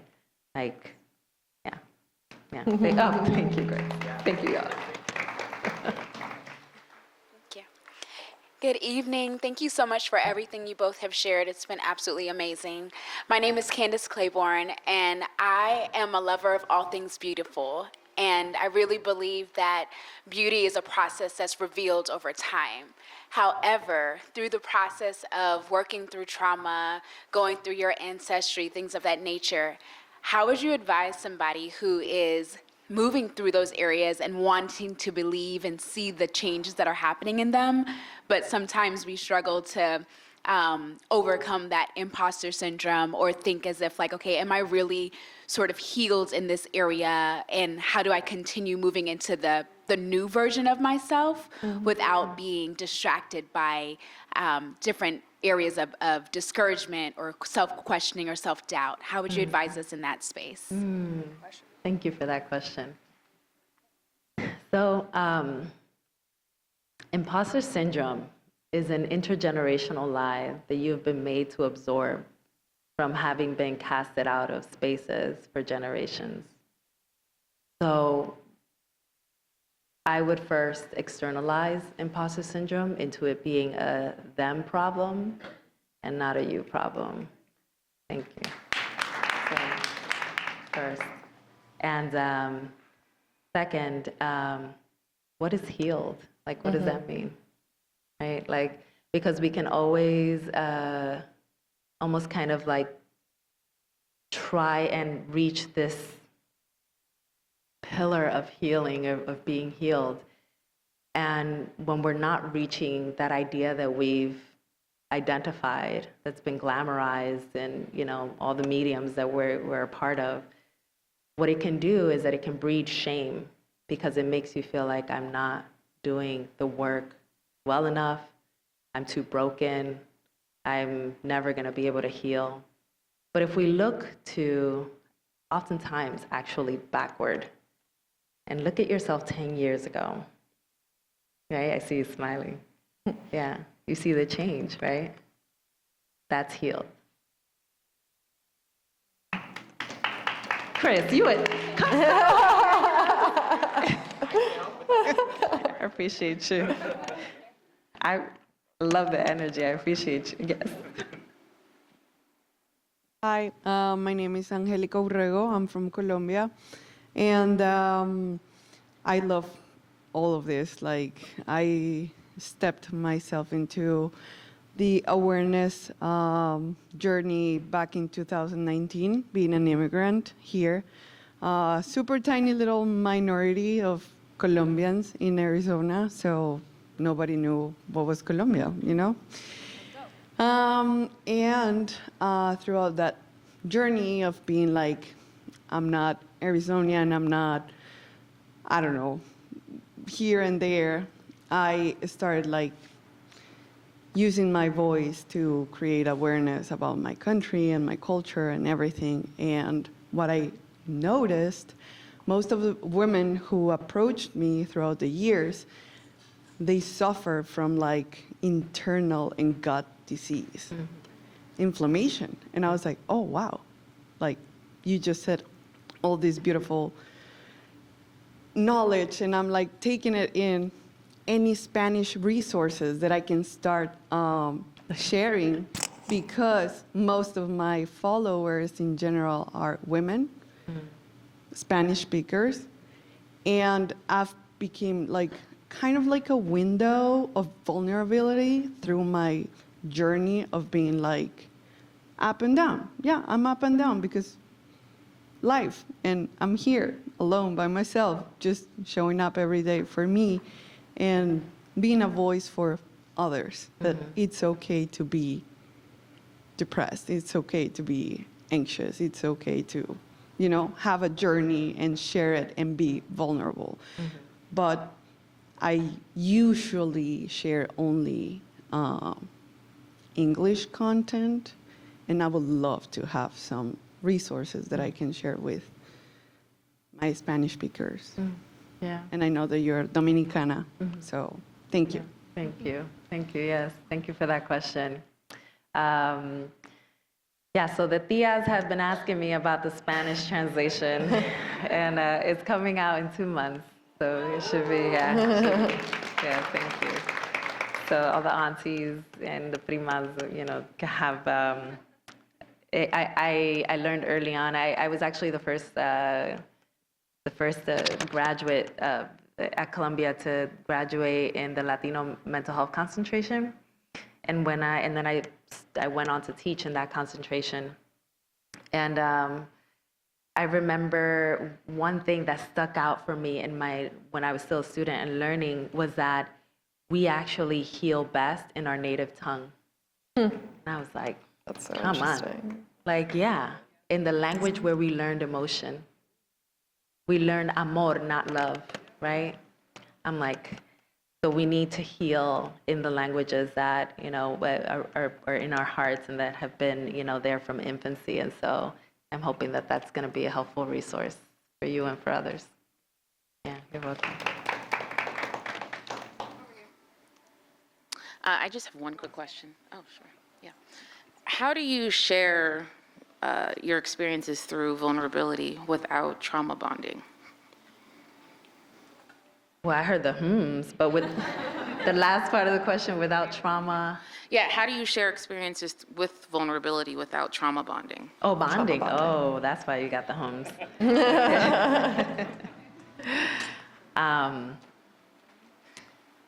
We have to think about some of the things that create the bond, right?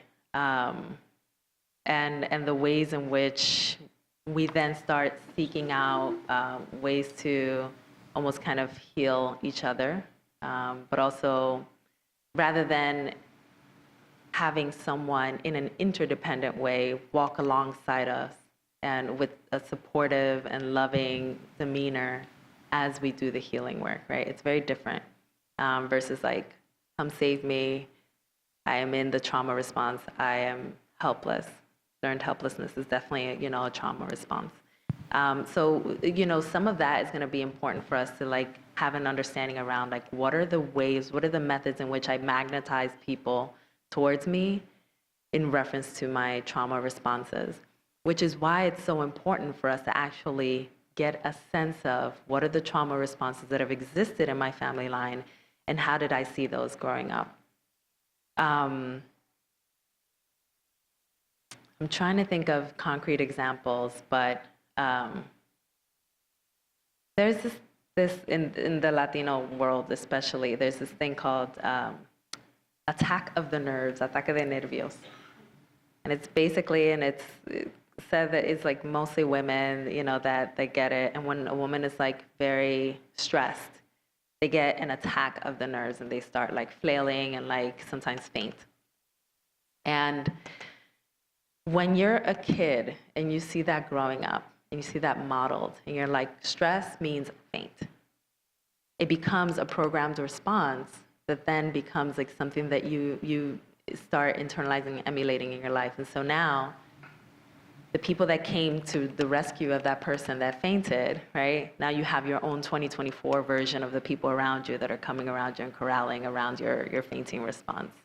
And so I think it's like, you know, it's important for us to have an understanding of what are the things that we do to like bring people to now aid us, and doesn't allow us to then like step into the resilience that is there and into our own ability to self-soothe and to be well.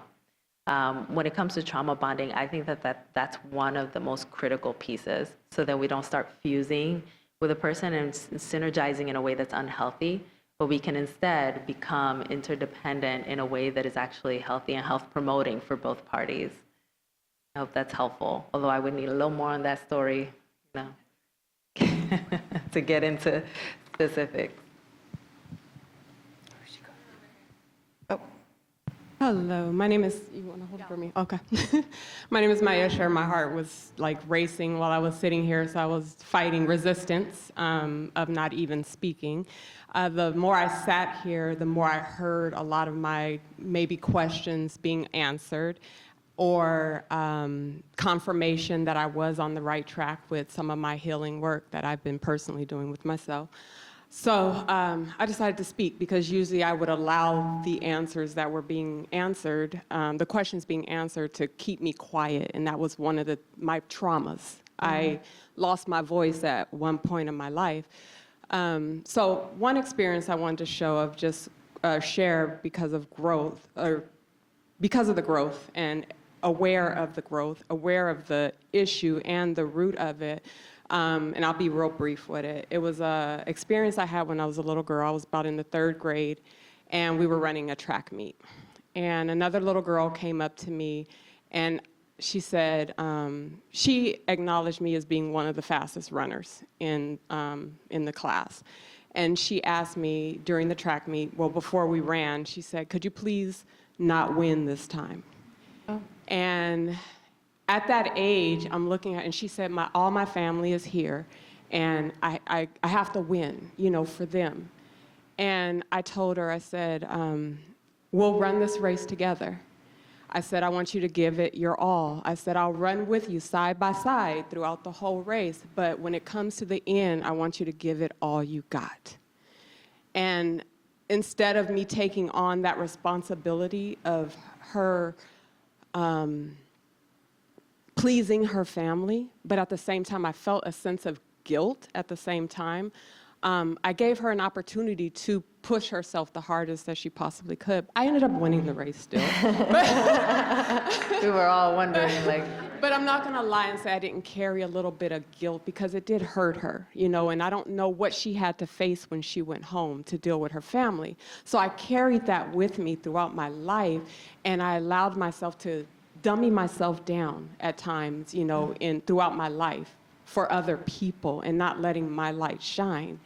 So it resurfaced recently because I'm in a group of a lot of women, and they were asking us to take a picture. And I had my back turned to the crowd where the picture was, so I was in the back of the actual crowd of where the picture, but then they said my name, like, hey, Mai, we're about to take this picture. By the way, my name is Maya, sure. And a girl came through the crowd and stopped me, and she said, I don't want you in the front of this picture. She said, I want you to stay in the back. She said, I didn't know how to say this. I've been wanting to say this for a while, but you're always in the front of pictures, and people know who you are, but they want to know who other people are, so give other people a chance to be in the front of the picture. This was something I never consciously thought about. I didn't think I had to think about this, and she put this on my conscience, and I had no intentions on going to the front of this picture. I just was going to turn around. I'm already in the, even though I'm in the back, I'm already in the frame. Mm-hmm. So she put that on my mind, and it ate at me. And I was trying to figure out how to approach her, but I decided not to approach her. I decided to just keep doing what I do, because as I looked around and I hear conversations, I'm very hypersensitive. I hear a lot, of conversations going on around me. People were choosing to go to the back of the pictures, choosing to hide themselves because of whatever insecurities that they have. I didn't have those. I was just flowing free, and it felt good, and I just didn't feel I had to think of where I was in a picture. I just fallen in the picture. But I decided after somebody showed me, because it was eating so tough at me, I decided to not approach her on it and just show her better than I can tell her, who I am. Because no matter where I'm at in this picture, I'm going to shine. I have a light that's just natural, and it's going to glow. So it wasn't something, I don't know if it was a question that I was going to ask, but it was just, I wanted to share my growth in that particular situation. Love it. Thank you for sharing. We have, I think, two. Hey, Dr. Buqué, how you doing? Hi. Dr. Rose.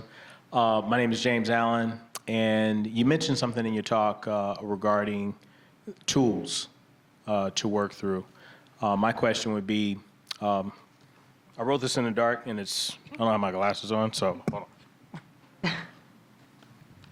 I get it. I'm 38. And eyes are... Thank you.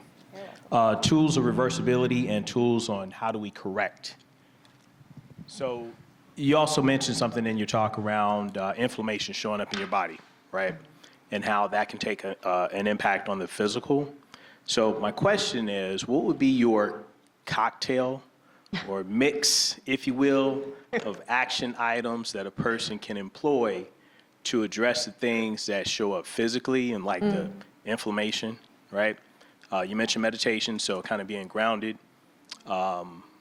Just what are some of your tools, if you could have like your top 3 or top 5 in your toolkit, mixed bag of drinks to address those problems. You're such a North American. What are the tools and what are the, it's such in our culture, and I get it. Like, I've been that person where I'm like, I was telling Abbie, Dr. Henson, who I was talking to her prior to, and I'm like, my sister and I have been reading self-help books since we were like 16. It's kind of a strange time to start self-help, but because we were like, well, how do we do this? What do we do? Like, it doesn't feel good.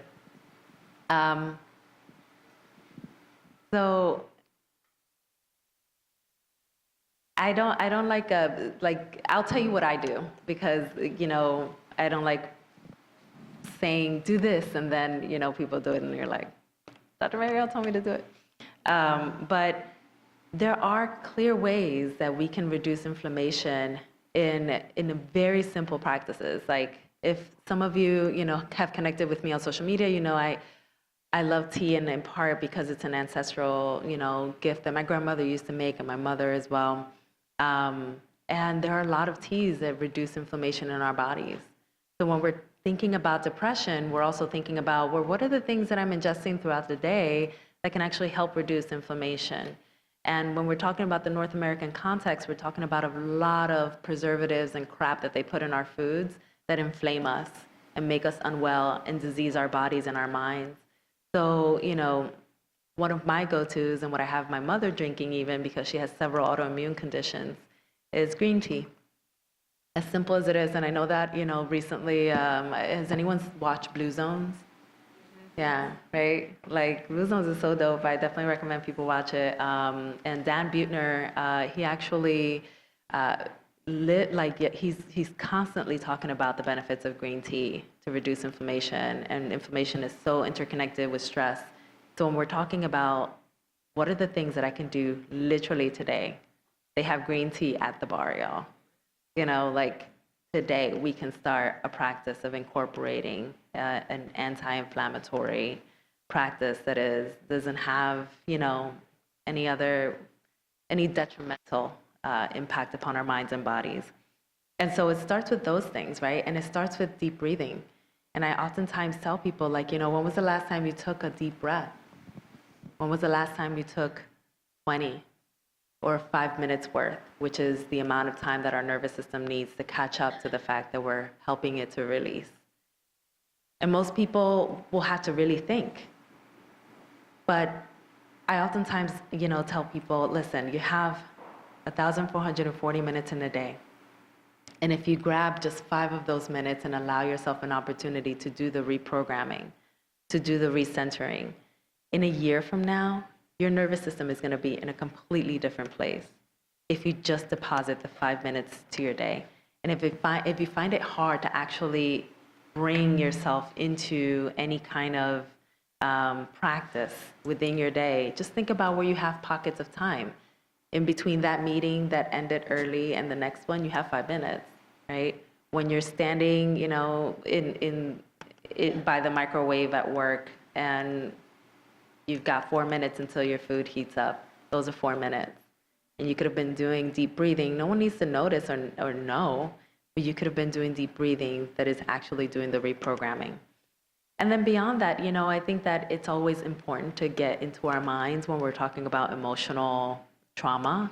So if you've got nothing else at your disposal at any point in time, just grab a sheet of paper and a pen and just write, free write, right? I offer a bazillion guiding prompts inside of my book. Not quite a bazillion, right? Can I say that? A lot. But there is a power in free writing, not only because it allows you to really centralize your thoughts, but the thing about journaling is that it offers a similar effect to when we go into therapy and we're talking to someone, we are experiencing catharsis. If anybody's been to therapy, your first session, you were like, right? Like you were just spewing everything out. How did you feel after? Like, that's all I needed, just the one session, I'm good to go. Why? Because catharsis. The same happens when we're writing our thoughts and writing what's on our mind. We're spewing it out onto paper. So if 3 helps, those are my 3. I'd say we have time for 2 more. Hi, ladies. Thank you both for this conversation. And thank you, Angelica, for inviting me here. I'm excited to read your book, first off, and then I can't wait to listen to your podcast. I've learned so much tonight. So my question, and I'm Shauna, by the way. Hello. My question is, you talked about critical conversations when it comes to intergenerational trauma. And this is actually a 2-part question because I thought about a second one as I speak. But the first part is when you talked about coping mechanisms. I'd like to know any type of long-term coping mechanisms that you utilize today, for your example, for workplace environment, like something that's helpful that has stuck with you and that you'd like to pass on. And then the second part is I missed the R in drive. What did that stand for? What's the R? I'm joking. R. No, relay a short and digestible message. So it was me saying, you know, we want to ramble, but we should just Shorten the message. say a concise 6-word. I do that. I don't. I remember one interview, someone was like, so number 1, and I'm like, oh yeah, number 1, and number 2, and number 3. I don't like follow, my brain doesn't function that way, so I forgot to say, and the R is for, but yes, that's what it's for. Coping mechanisms. Coping, thank you. Okay, so I'm gonna keep it simple, but the simple ones are the more powerful ones, the ones that I love the most. And maybe I might offer more than one, but think about like whoever's like your human, not a significant other, but like somebody who's like, that's my girl, that's my, you know, like they are, and it can be a significant other, but they're like the person that knows you deeply. And something happens at work and you just go wherever you can go, and you pick up the phone, not text, you pick up the phone, and you hear their voice. And it's like butter. And it melts you right away. You're like, oh, yeah, I just needed to hear your voice. Needed to know there's presence outside of this issue right here. Sometimes it's as simple as that. And our nervous system's like, okay. And so I want to just leave you with something short and tangible and accessible for all of us. Because I think those are the ones that we can lean on more easily rather than being like hot yoga, right? I love a hot yoga, but who has the 3 hours? You got to get ready, right? Like put on your stuff, drive to the yoga studio, then you got the whole hour yoga, then you got to like, strip, shower, like get back into your day. 3 hours, right? Versus a literal 10 seconds. I just needed to hear your voice. Thank you for showing up.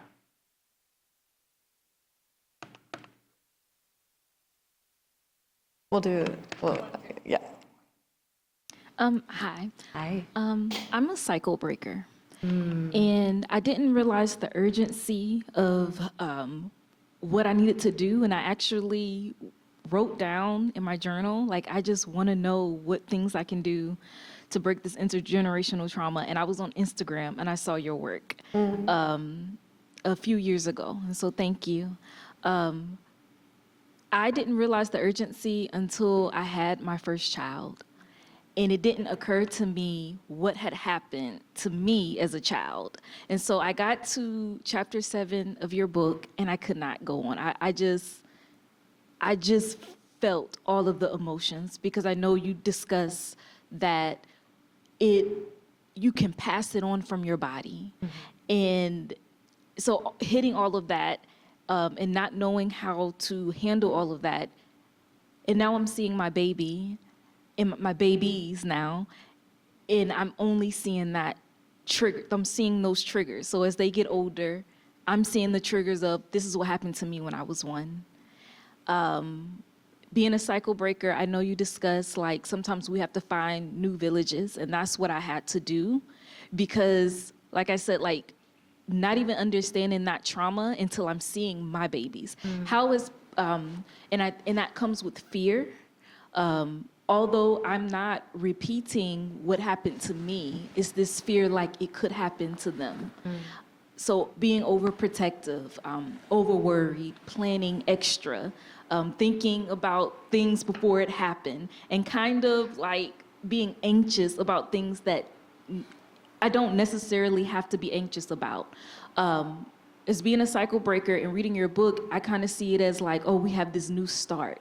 But how can you have this new start when you have like all of this triggering and you're raising a new generation and you're triggered, raising them in healing, but still triggering and trying to hide that. So I don't know if that came out as well as it could, but how as parents, as cycle breakers, raise our children without being overly active, triggered? Yeah, thank you for that question. Yeah, it's a beautiful question. So I'll say a few things, and I hope that I can remember all of it, because I want to address a lot of things. But the first thing is that when a trigger happens, especially those of us that have been conditioned to just press on and move on, we forget to go back to the tools that we need to reground. So go back, it's a trigger, right? So what will help the trigger response, the nervous system reset, right? So going back into recentering, regrounding. I will also say, just from a place of, I hope, validation, this happens incredibly often. I've worked with mothers who are literally feeding their children with me in session. And we're working through the multiple layers of how the pain shows up, even for other things where they're like, sometimes mothers can get triggered by the beautiful life that they're trying to create around their child that they didn't get. And that's even triggering. There's so many triggers that come up in parenting. So it's a moment for your own reparenting to take place. What is it that you have been missing? in that moment, what is the fear that's being captured in you that can find its way into feeling released. The third thing that I'll mention is science even tells us, Western science tells us that one of the biggest buffers against trauma is having emotional support and a healthy emotional foundation at home that we can come home to. Meaning, bullying happens outside of your control in school. And they come home and they say, someone hurt me. They said mean things. And that they have that pillar at home that can say, how can I show up for you right now? How can I be your friend and your mom in this moment? And even, you don't have to, of course, even ask them, especially if they're really little, but just showing up for them. And that creates an enormous buffer to the extent that it actually can make it so that trauma symptoms don't surface. The other thing is, kids are incredibly resilient. And remember that we, even to late age, we can have a lot of different ways in which we can restructure the ways that our nervous systems have been cemented in place in a threat response. So it's important for us to also apply that to the little minds in our homes and to understand that if they undergo adversity, they can also increase their resilience with a host of different practices and in different ways. And then the last thing I'll leave you with is children need adversity that is minimal and just tiny and small pockets of stress in order for their minds and bodies to actually build resilience. So it can be, as a parent that cares, one might gravitate towards how do I scaffold this child and build a bubble around them so that they don't suffer. But in reality, those small moments of suffering will also be helpful in the long term because they're going to experience the, I lost my blankie, right? Suffering. But mom comes in and offers affirmation, offers love, offers warmth, and offers a new blankie, right? And they're gonna remember that, and that's gonna build their resilience. The fact that adversity was there, but support was also there, and they got through it. And then when they lose their favorite pencil in first grade, you can say, remember blankie? You got through that, right? And so there's moments when you can start now invigorating them with the resilience that is in them by reflecting it back to them, to reflect back to them the ways that they survived previously. And then lastly, it doesn't all fall on you. It's very easy for a mom to say, I must do all the things. Your children will be children of the world, and whatever kind of foundation you create for them will have an impact in every sector of their lives. So just focus on what you can do to be able to create the loving foundation that they need so as to create the buffers for all the other things that are likely to come later on. Last question. Hi.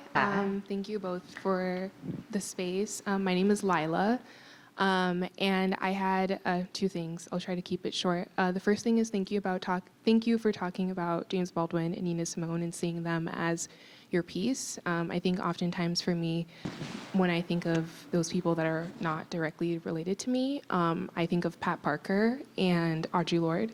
And oftentimes I would just think about them and it would make me feel happy. So when you said that, it made me realize that that feeling that I'm feeling is peace.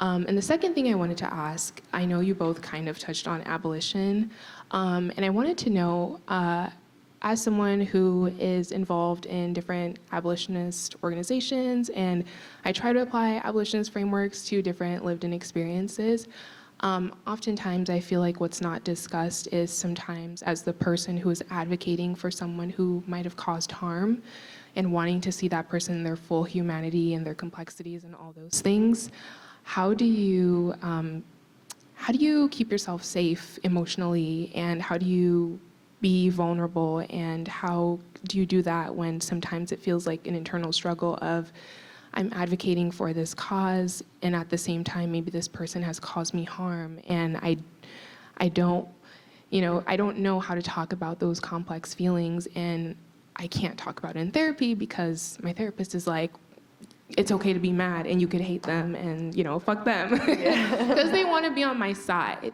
And also my therapist doesn't fully understand all those things about abolition. So how do I create that space? I have my community, but sometimes, when it's just me, like, how do you foster that? Well, first, tell your therapist to call me.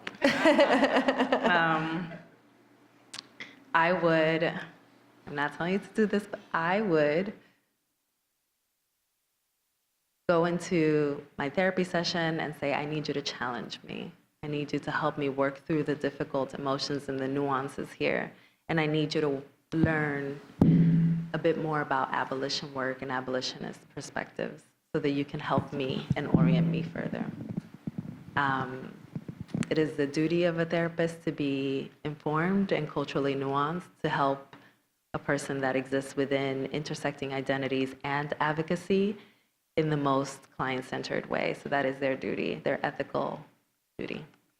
And I hear the complexities of, the emotions that can come up, and I would, if I were working with someone, I would actually lay out all the emotions.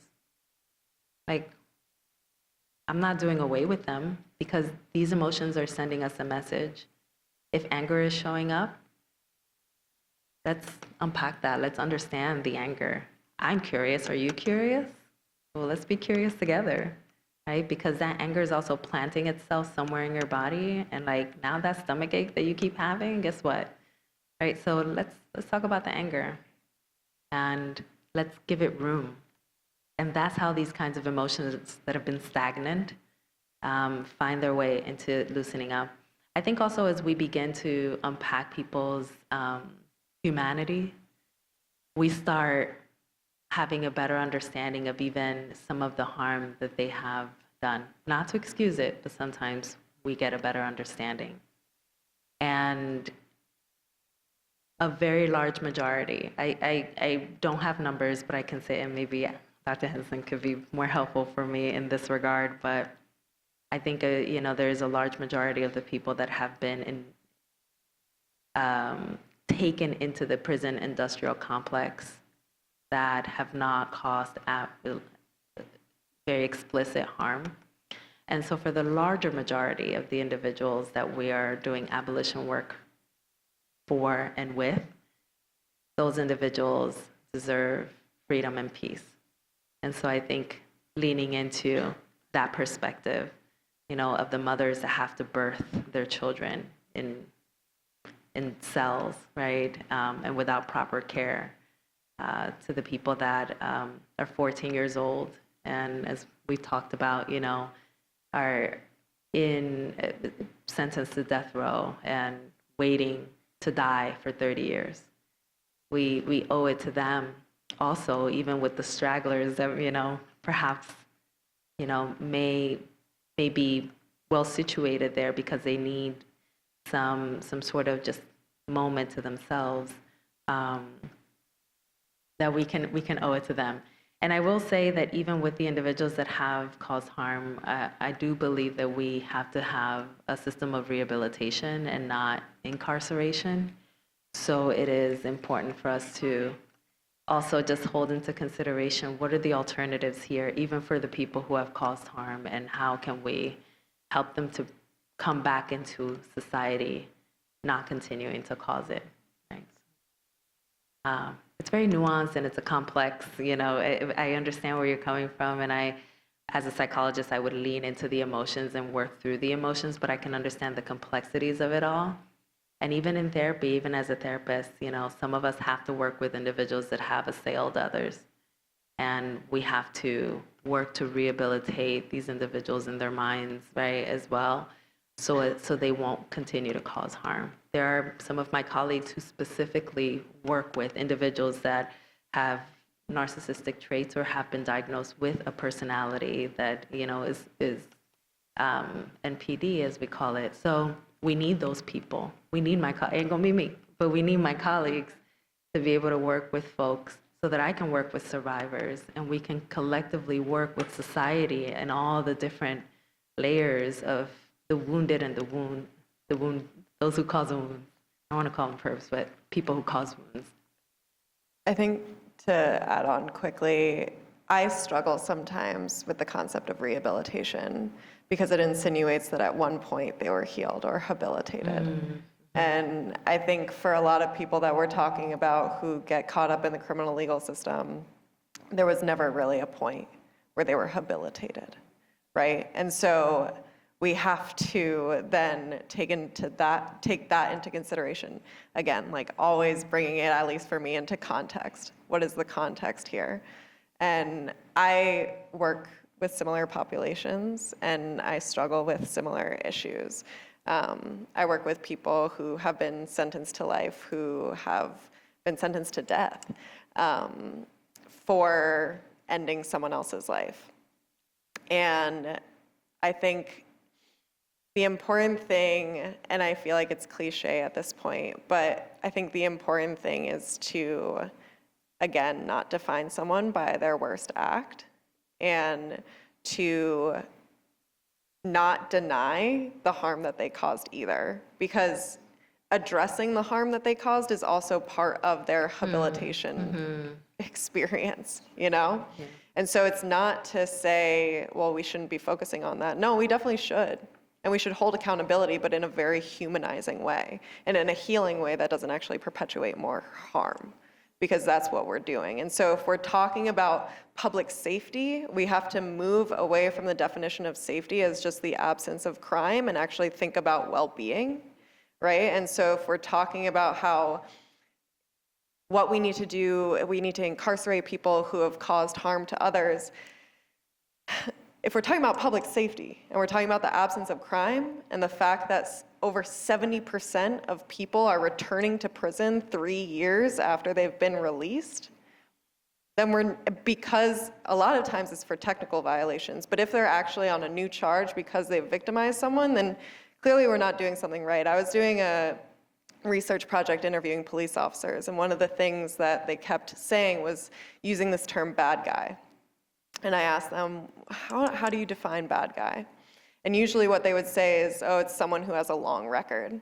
And to me, I would always say, but doesn't that signify a bad system? Right? Like if we're saying that the point of prison is to rehabilitate people, but then people are cycling in and out, then is it really on the person or is it on the system? And so I think that when we're talking about abolition, people often think about, oh, you're just a sympathizer. But really, we're all on the path towards heightened public safety because we're all on the path towards enhanced well-being. And if what we're doing isn't doing that and is not working, then we're actually harming more people by doing what we're doing. So I think when you lay it out in those terms, where especially for people who want less victimization, who want more, say we're on the same page. We want the exact same thing then. We're just thinking about it in different ways and trying to go on different paths to find the same end game. But we both want a better society, a more healed and less victimized society. So it's not about sympathizing or romanticizing this individual who caused deep harm. It's about thinking about the well-being of us all and actually decreasing victimization by dealing with it in a humanizing and healing way. So. Wow, beautiful. But thank you all so much for joining us. There's going to be a social hour at Honey Bar, so I hope that you all get to mingle and meet each other because you all are here for similar reasons and have similar passions. And so again, just thank you so much for being part of this space. And thank you for speaking. Thank you. It's been amazing. Thank you. Thank you. Thank you, everyone.